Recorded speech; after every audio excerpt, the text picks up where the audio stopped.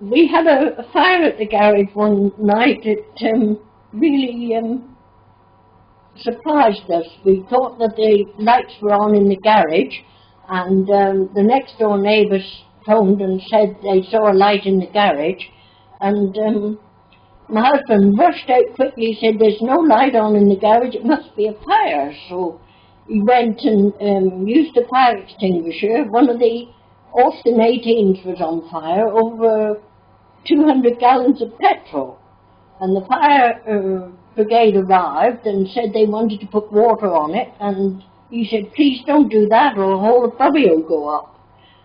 So he continued with the fire extinguishers, and eventually the fire was put out and everything cleaned up, and there wasn't really a lot of damage, except of course for the car that caught on fire. That was absolutely gone, and one other car in the garage was damaged. Other than that, there was no damage at all, which was quite lucky, really.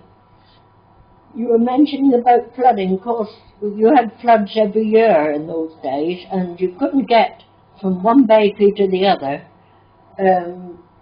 when the floods were at their highest. You just couldn't get there. And it even came up into the top bakery sometimes.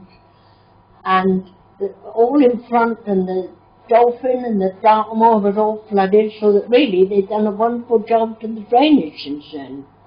But it was quite an event, and buses were stopped, and cars were stopped, and everything was stopped going over the bridge. And the old patch that is now was absolutely underwater. They couldn't even come downstairs. They had to live upstairs while the floods were on.